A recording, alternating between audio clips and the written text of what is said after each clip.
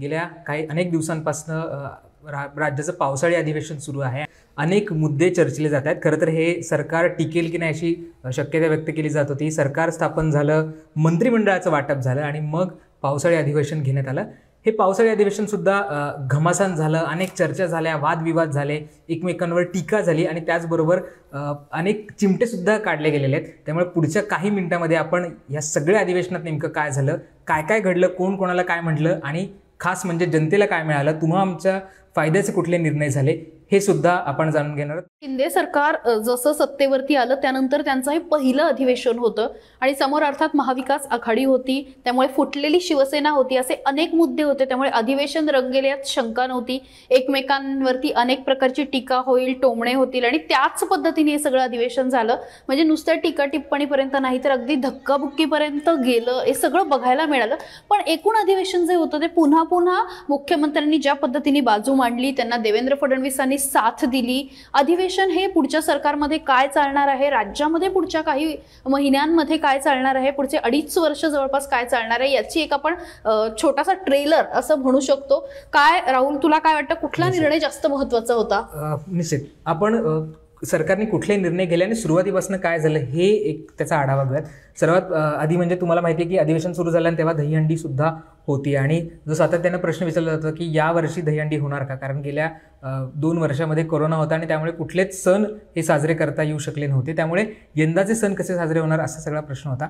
पण यंदाची दहीहंडी ही निर्बंधमुक्त होईल असं आश्वासन मुख्यमंत्र्यांनी दिलं आणि त्याचबरोबर जे थर लावले जातात म्हणजे थरांना सुद्धा अनेक बंदी होती, अनेक नियम होते, ते सुद्धा यावर्षी नव्हते। त्यामुळे ही दहीहंडी निर्बंधमुक्त झाली। परंतु त्याच वेळेत एक मोठी घोषणा सुद्धा एकनाथ शिंदेने केली आणि त्याच्यावरनं टीका सुद्धा झाली, ती म्हणजे दहीहंडीला साहसी खेळाचा दर्जा देण्यात आला आणि या दहीहंडीमध्ये जे गोविंदा सहभागी होतात त्यांना स्पोर्ट्स कोट्यामध्ये 5% आरक्षण दिलं। म्हणजे स्पोर्ट्स कोट्याचं जो 5% आरक्षण असतं त्याच्यामध्येच त्यांना सुद्धा आरक्षण मिळणार अशी घोषणा करण्यात आली आणि त्यामुळेच मग अनेक त्याच्यावर टीका झाली। मग विरोधक म्हणाले की दहीहंडीला तुम्ही आरक्षण देताय पण इकडे MPSCचे विद्यार्थी इतके वर्ष तयारी करत असतात, त्यांचं काय होणार, मग तुम्ही दहीहंडीलाच देताय तर मग मंगळागौराला द्या, मग विट्टी दांडूला द्या, अनेक टीका झाली। चंद्रकांत पाटलांनी तर म्हटलं सुद्धा की काय मंगळागौराचा आला कोणाचा प्रस्ताव तर आम्ही मंगळागौराला आरक्षण देऊ, विट्टी दांडूला आरक्षण देऊ, अशी अनेक विधानं या काळात केली गेली आणि त्याचे पडसाद सुद्धा उमटलेले पाहायला मिळाले। एका गोविंदाचा मृत्यू सुद्धा झाला मुंबईमध्ये, त्याला मदत देण्याचं आश्वासन मुख्यमंत्र्यांनी दिलं होतं आणि त्याला सुद्धा ही मदत तातडीनं देण्यात आली। त्यामुळे पहिला निर्णय होता तो म्हणजे जो दहीहंडी हा उत्सव आहे त्याला खेळाचा दर्जा देण्यात आला आणि 5% आरक्षण हे गोविंदांना जाहीर करण्यात आलं होतं। दुसरा जो मुद्दा होता खरं तर 14 तारखेला जो संपूर्ण महाराष्ट्राने एक दुर्दैवी अपघात अनुभवला तो म्हणजे शिवसंग्रामचे विनायक मेटे यांचं ॲक्सिडेंटमध्ये निधन झालं आणि त्याच्याबद्दलची जी माहिती आहे ती उपमुख्यमंत्र्यांनी मांडली, तेच गृहमंत्री सुद्धा आहेत। त्यामुळे कशा पद्धतीने अपघात झाला आणि सगळ्यात महत्त्वाचं म्हणजे ड्रायव्हरचं जजमेंट चुकल्यामुळेच हा अपघात झाला असं त्यांनी सांगितलं। अनेक प्रकारचे तर्कवितर्क लावण्यात येत होते, नेमकं काय झालं, त्यांचा नक्की मृत्यू हा अपघाती झालेला आहे की त्याच्या मागे काही कुठला वेगळा प्रकार आहे, असं अनेक प्रश्न येत होते। पण अखेर आता उपमुख्यमंत्र्यांनी सांगितलं, विरोधी पक्षनेते असलेले अजित पवार यांनी सुद्धा काही प्रश्न उपस्थित केले, ड्रायव्हर सारखा त्याचा जबाब का बदलतोय, असे अनेक प्रश्न आले। पण सगळ्यात महत्त्वाचं म्हणजे याची CID चौकशी होणार आहे, त्याचे आदेश सरकारने दिलेले आहेत आणि कुठल्याही प्रकारचा घातपात आहे का तर आम्ही कोणालाही सोडणार नाही असं सुद्धा आता स्पष्ट केलेलं आहे। त्यामुळे विनायक मेटे यांच्या मृत्यूवरची जी काही सगळे शंका कुशंका होत होते आणि जे काही संशयाचे ढग होते ते एका अर्थाने विरण्याचा प्रयत्न या संपूर्ण सरकारने या अधिवेशन काळामध्ये केला। तिसरा निर्णय ह्याच्यामध्येच वर्षा गायकवाडांनी हा प्रश्न उपस्थित केला होता, कारण आपण बघतोय की एक्सप्रेसवे हा सर्वात बिझी एक्सप्रेसवे असं म्हटलं जातं, कारण सर्वात जास्त राज्यातली ट्रॅफिक ही या मार्गावर आहे आणि हे आजचाच अपघात नाही, याच्या आधी सुद्धा अनेक अपघात झालेले आहेत आणि अनेक लोकांना याच्यात प्राण गमवावे लागले। त्यामुळे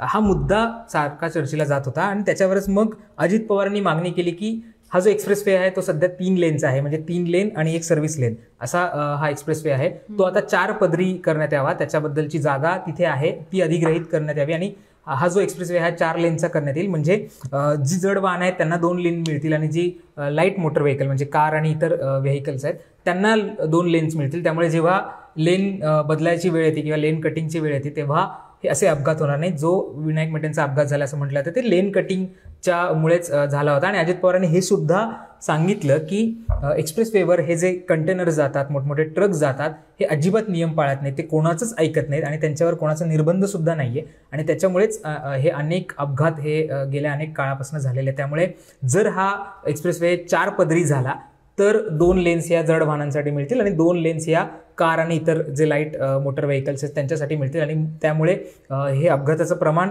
कुठेतरी कमी होऊ शकेल. त्याच्यावर फडणवीसांनी असं आश्वस्त केलं की आम्ही त्याची पाहणी करू. जर तिथे खरंच जागा असेल, खरंच तिथे अशी शक्यता असेल की आपण आणखी एक लेन वाढवू शकतो तर मात्र ती लेन वाढवली जाईल. आणि ज्या उपाययोजना सांगितल्या मग त्याच्यात अनेक गोष्टी सांगितल्या गेल्या की पैसेसुद्धा जे फास्ट चालवली जाते गाड्या त्याचे पैसेसुद्धा कापले जातात. CCTV तिथे लावलेले आहेत त्याच्या माध्यमातून दंड आकारला जातो, तो सुद्धा केला जाईल असं सुद्धा आश्वासन देण्यात आलं. त्यामुळे ह्या सगळ्या गोष्टी ह्या निमित्तानं अधिवेशनात घडलेल्या आहेत. पुढची जी गोष्ट होती ती भास्कर जाधव जे शिवसेनेचे म्हणजे उद्धव ठाकरे गटाचे आमदार आहेत ते आक्रमक झालेले दिसले. काय सांगशील नेहा?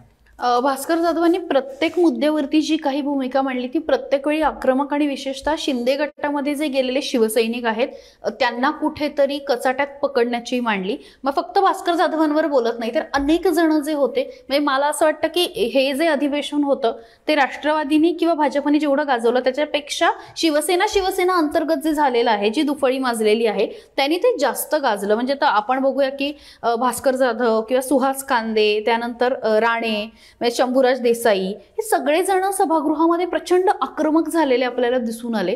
प्रत्येक प्रश्नावरती एकमेकांना कुठेतरी कचाट्यात पकडण्याचे हे सगळे प्रयत्न झाले आणि मोठ्या प्रमाणावरती एकमेकांना टोमणे मारणं किंवा तुम्ही इथे गेलात तिथे गेलात. आणि मला वाटतं एका घोषणेशिवाय हे अधिवेशन संपूच शकत नाही किंवा त्याचं शेवटच होऊ शकत नाही. आणि ती अर्थात ती जी खोक्यांची होती की 50 खोके एकदम ओके आणि त्याच्यानंतर जो काही गदारोळ उठला तर त्या खोक्यांची चर्चा विधान भवनाच्या बाहेर होती, सोशल मीडियावर होती.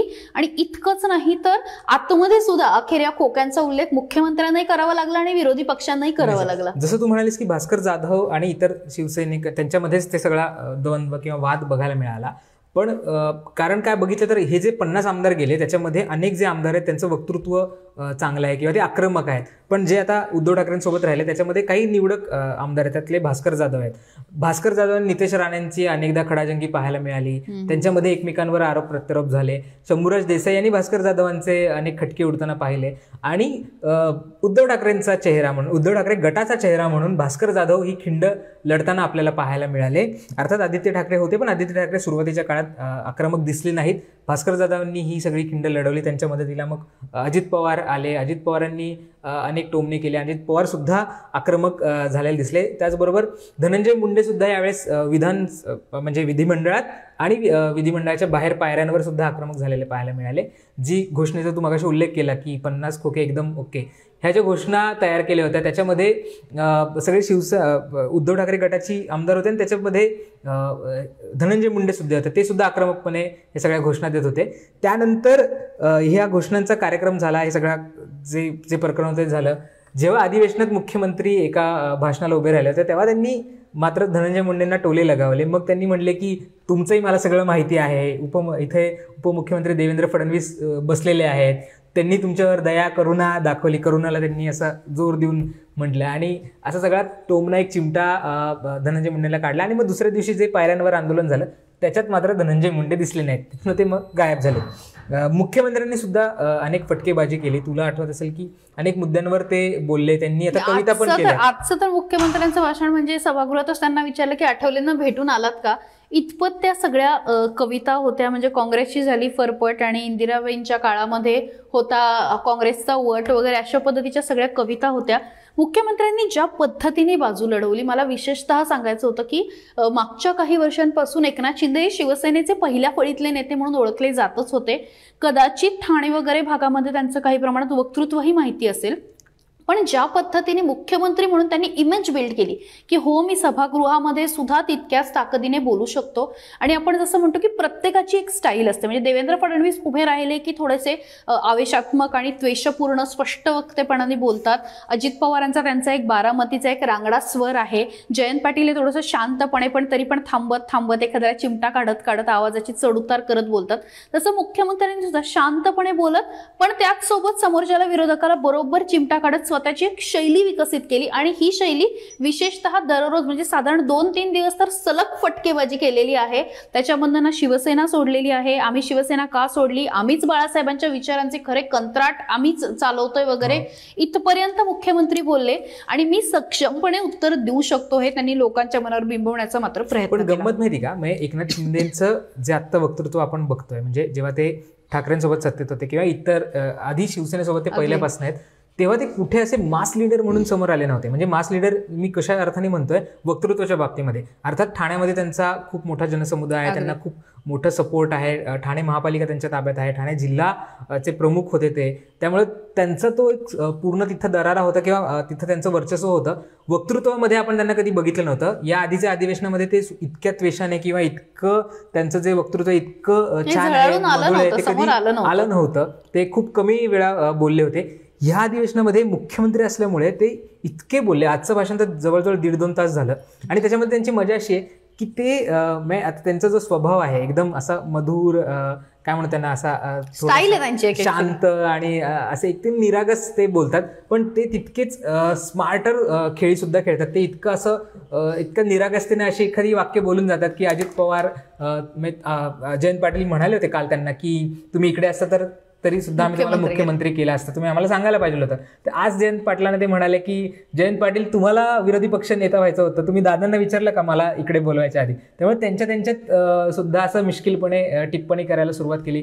त्यांच्यातले सुद्धा जे काय म्हणू आपण त्याला, जे लॅक्स आहेत, लॅक्युनेस आहेत, ते सुद्धा दाखवायचा प्रयत्न एकनाथ शिंदेंनी केला. आणि त्यांची भाषणं त्यामुळेच गाजली आणि जे मिश्किलपणे ते बोलले आणि त्याचबरोबर त्यांनी मुद्दे सुद्धा मांडले आणि घोषणा सुद्धा केल्या. त्याच्यामुळे त्यांचा एक वेगळाच स्वभाव जनतेला पाहायला मिळाला. आणि जेव्हापासून ते मुख्यमंत्री झाले तेव्हापासून आपण त्यांची भाषणं ऐकतोय, त्यांचं आता वक्तृत्व ऐकतोय, त्यांनी जे दौरे केले, त्यांचा झंझावात असेल, त्यांचा साधेपणा असेल, अधिकाऱ्यांशी फोनवरनं बोलणं असेल, तत्परता असेल, त्यांनी केलेले दौरे असतील किंवा मी 24 तास हजर आहे हा त्यांचा जो काय म्हणू त्याला आपण स्वभाव त्यांनी दाखवलेला आहे. त्याच्यामुळे सुद्धा ते आता कुठेतरी सगळ्यामध्ये उठून दिसायला सुरुवात झालेली आहे. आणि त्यांची स्टाईल अर्थात आजच्या पण भाषणामध्ये ते बोलले की मी दादा तुम्ही मला सकाळी 8 वाजता बोलवलं पण मी झोपतोच 4 वाजता, त्यामुळे मी म्हणजे त्या पद्धतीने लोकांसाठी मी सतत उपलब्ध असतो.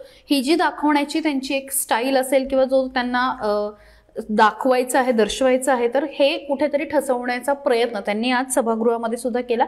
दुसरं वक्तृत्व खरं तर संपूर्ण महाराष्ट्राला माहिती आहे, पण अजित पवारांबद्दल बोलल्याशिवाय आपल्याला लाईव्ह थांबवता येणार नाही. त्यामुळे दुसरं वक्तृत्व जे आहे ते अजित पवारांचं होतं. अर्थात विरोधी पक्ष नेते आहेत आणि विरोधी पक्ष नेत्याने ही पुढे येऊनच बॅटिंग करायची असते आणि बॅटिंगसाठीच हे पद असतं आणि त्याला पूर्ण न्याय देण्याचा प्रयत्न हा अजित पवारांनी केल्याचं दिसून येतं.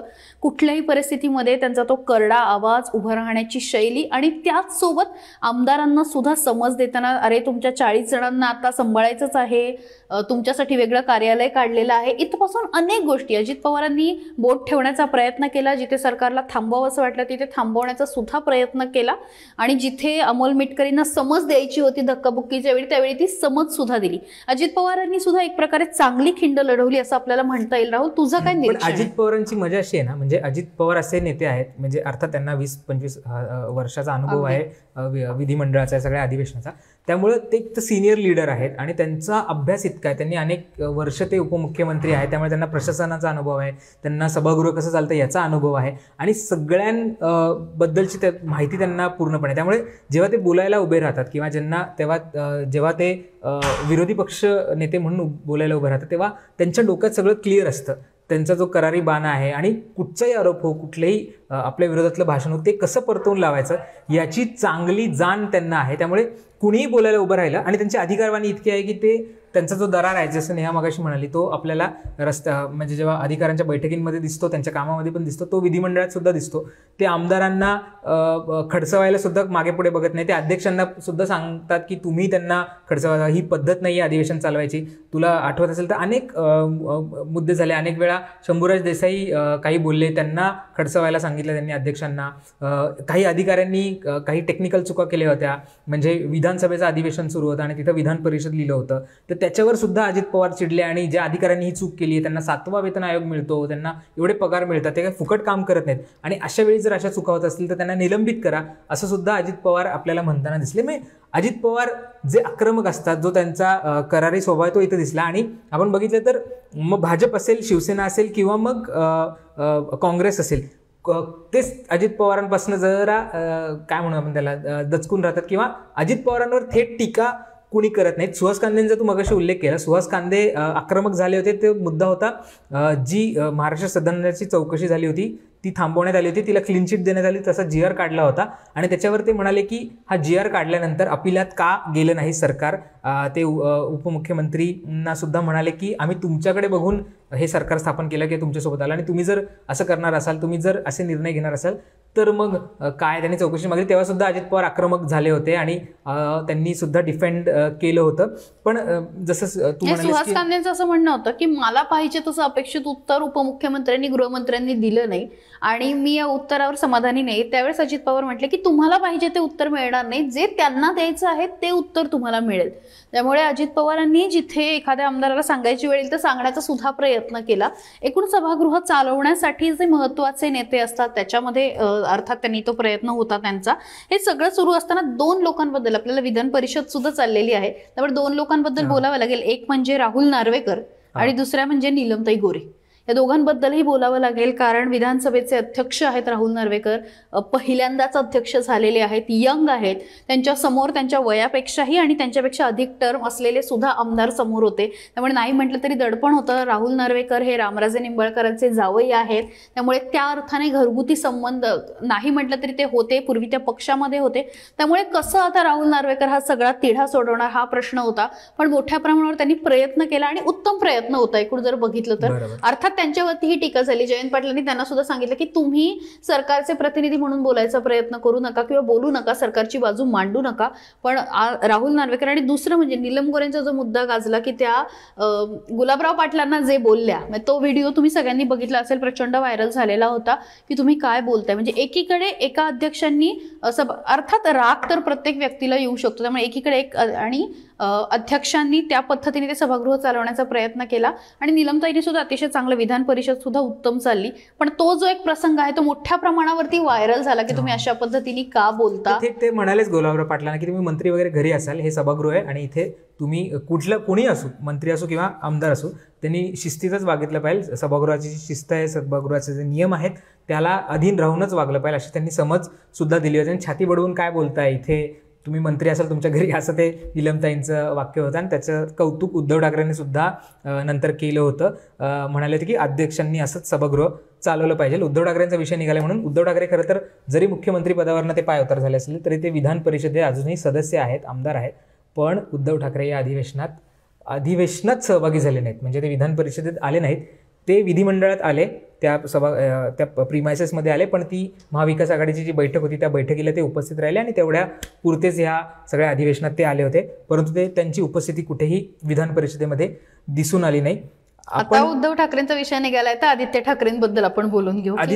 आदित्य ठाकरे जसं म्हटले की अनेक प्रश्न त्यांनी उपस्थित केले, मग आरेचा असेल किंवा इतर मुद्दे होते त्यांनी उपस्थित केले. आजचं भाषण सुद्धा त्यांचं गाजलं होतं. आदिवासींबद्दल त्यांनी एक शब्द उच्चार केला, त्याच्यामुळे थोडीशी त्यांच्यावर टीका सुद्धा झाली. सुधीर मुनगंटीवार सुद्धा आक्रमक झाले आणि तुम्ही असं कसं काय बोलू शकता असं सुद्धा ते त्यांना म्हणाले आणि त्यांना टार्गेट करायचा प्रयत्न झाला. जे आंदोलन नेहा सुरुवातीला म्हणाली की 50 खोके एकदम ओके, हे विरोधकांची घोषणाबाजी होती, ही खूप दिवस चालली, खूप आक्रमक विरोधक होतात असं शिंदे गटाला वाटायला लागलं. आणि म्हणून काल शिंदे गटाने त्यांचं आंदोलन केलं, ज्याच्यामध्ये या सगळ्याला उत्तर द्यायचा त्यांनी प्रयत्न केला. आणि त्याच्यात जी धक्काबुक्की झाली, मग त्याच्यामध्ये शिंदे गटाचे आमदार आणि अमोल मिटकरी हे भिडलेले आपल्याला पाहायला मिळाले. आणि कालचा जो दिवस होता तो खऱ्या अर्थाने तुम्हाला सगळ्यांना प्रश्न पडला असेल की हेच का जे आमदार जे आम्ही निवडून दिलेले आहेत आणि तुम्ही जर तिथेच भांडायला, एकमेकांची कॉलर धरायला, एकमेकांना धक्काबुक्की करायला जर त्या विधिमंडळात जाणार असाल तर आम्ही कोणाला नेमकं निवडून दिलेलं आहे आणि मग जनतेचे प्रश्न याच्यात कुठे राहिले, जो विकासाचा मुद्दा सगळेजण म्हणत असतात तो कुठे राहिला,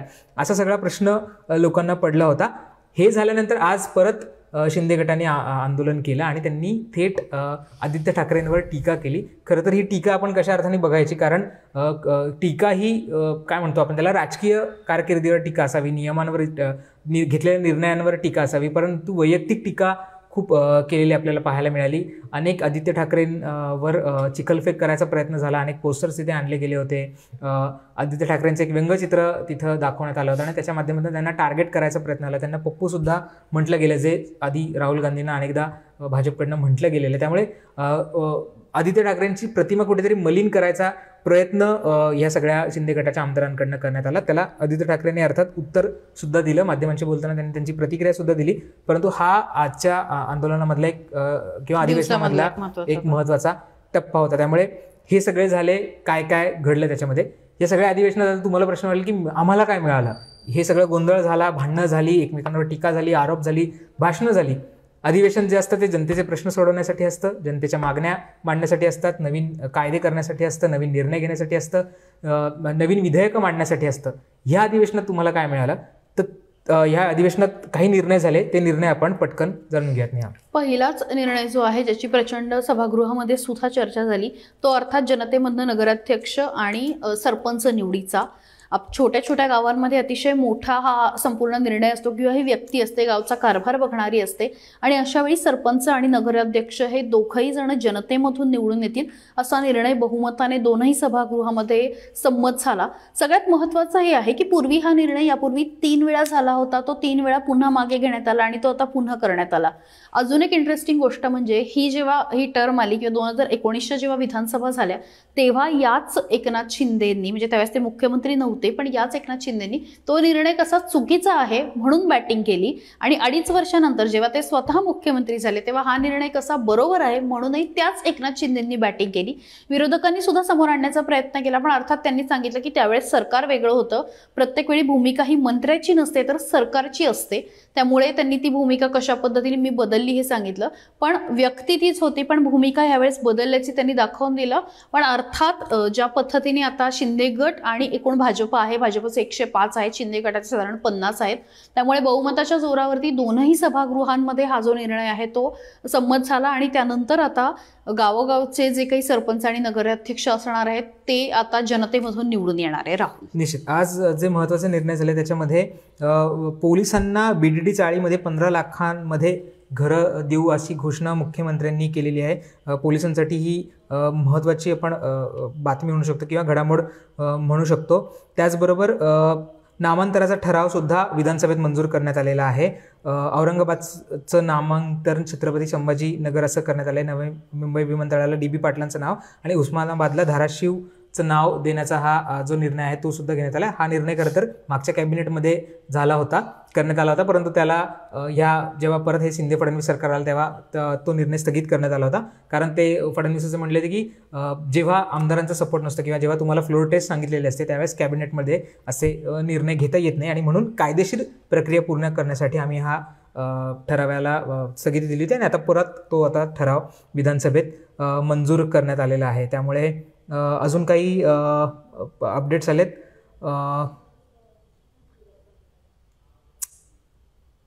या व्यतिरिक्त पुन्हा पुन्हा मुख्यमंत्री सांगतात की आम्ही पेट्रोलच्या किमती कमी केल्या. माझं असं एक गोष्ट लक्षात आली की एकूणच मुख्यमंत्र्यांची जी मांडणी आहे त्यामध्ये हे सरकार कसं लोकाभिमुख आहे अशा पद्धतीची म्हणजे जाहिरात करण्याची संधी त्यांनी अधिवेशनात एकदाही सोडली नाही.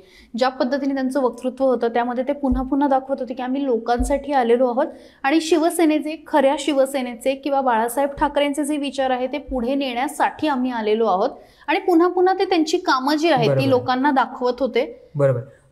जयंत पाटलांनी एक मागणी केली होती ती म्हणजे आपण बघितलं की हे आंदोलन झालं पायऱ्यांवर आणि त्याच्यानंतर ही सगळी धक्काबुक्की झाली, आजचं आंदोलन झालं आणि त्याच्यामुळे एक प्रतिमा मलिन व्हायला सुरुवात झाली महाराष्ट्राची, की हे जे महाराष्ट्राचे आमदार आहेत ते नेमकं काय करतात, विधिमंडळात हे काय चाललेलं आहे, जिथं अधिवेशन होणं आहे, जिथं शांततेमध्ये चर्चा होणं अपेक्षित आहे, तिथे हमरी तुमरीवर येणं, हाणामारे करणं अशा गोष्टी घडत असतील तर नेमकं राज्य कुठे झालं. तर जयंत पाटलांनी अशी मागणी केली आहे की पायऱ्यांवर जे आंदोलन होतं त्याचं शूटिंग करायला बंदी घालावी, त्याचबरोबर तिथे ज्या बाईट्स दिल्या जातात, जिथं पत्रकार असतात ते तिथे येऊ नये किंवा तिथे ते दाखवलं जाऊ नये अशी त्यांनी मागणी केली. आणि त्याचबरोबर पायऱ्यांवर आंदोलन करण्यात येऊ नये, त्याला परवानगी देण्यात येऊ नये अशी सुद्धा त्यांनी आता मागणी केलेली आपल्याला ह्या अपडेट मध्ये दिसते आहे. त्यामुळे हे सगळे गोष्टी ह्या सगळ्या अधिवेशनात झालेल्या आहेत आणि या अधिवेशनाचा आज शेवटचा दिवस होता, त्यामुळे आता अधिवेशन संपलेले आहे. कदाचित म्हणजे संपायला आलंय, काही तास अजून चालू शकतं, पण कदाचित एखादी मोठी घोषणाही होऊ शकते ज्यावरती आपण उद्या बोलणार आहोत.